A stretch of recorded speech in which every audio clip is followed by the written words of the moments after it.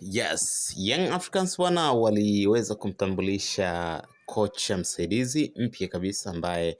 anatokea pale Malawi, ambaye amejiunga na klabu ya soka ya Yanga siku chache zilizopita katika kuhakikisha kwamba wanatengeneza timu ambayo inaendelea kufanya vizuri ndani na nje ya nchi, kwa maana katika michuano ile ya kimataifa. Ikumbukwe Young Africans kwa msimu huu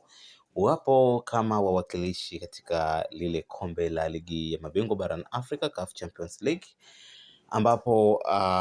muda si mrefu watakutana na timu ya Silver Strikers katika ile hatua ya mtoano kabla ya kutinga katika hatua ya makundi. Sasa Young Africans bwana wameweza kufanya mabadiliko kidogo na kumleta kocha mwingine msaidizi kwa ajili ya kusaidiana na kocha mkuu Romain Folz katika kuhakikisha wanatengeneza Yanga ya viwango, Yanga ambayo itavuka hatua hii na kusonga mbele zaidi kwa ajili ya kutetea ama kwa ajili ya kufika hatua kubwa katika michuano hiyo, lakini pia kutetea kombe lao la ligi kuu Tanzania bara, NBC Premier League. Sasa kocha huyu bwana, karia yake ya soka amecheza katika timu nyingi tu,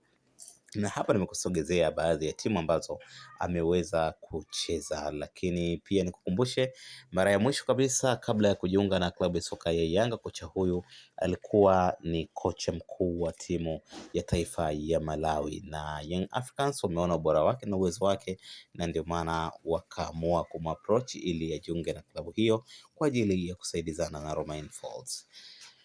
Sasa kocha huyu bwana aliwahi kupita katika timu inayofahamika kama Bata Bullets ya kule nchini Malawi, ambapo alicheza kwa takriban miaka 9 na baada ya hapo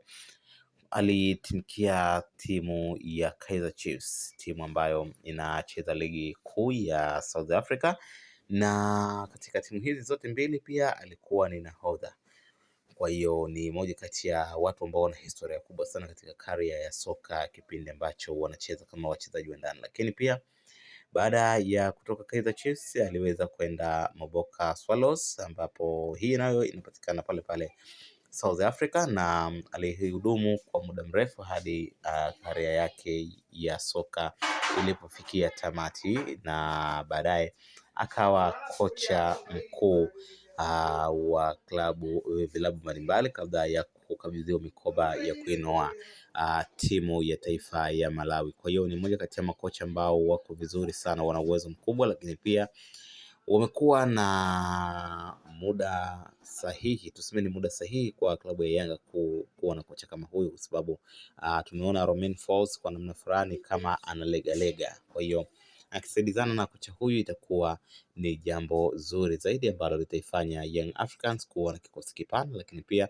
kuwa na ubora wa kimashindano zaidi, kuweza kushindana na vilabu vingine. Una maoni gani kuhusiana na ujio wa kocha huyu? Tafadhali tuandikie kwenye comment section, usisahau kusubscribe, kulike na kushare.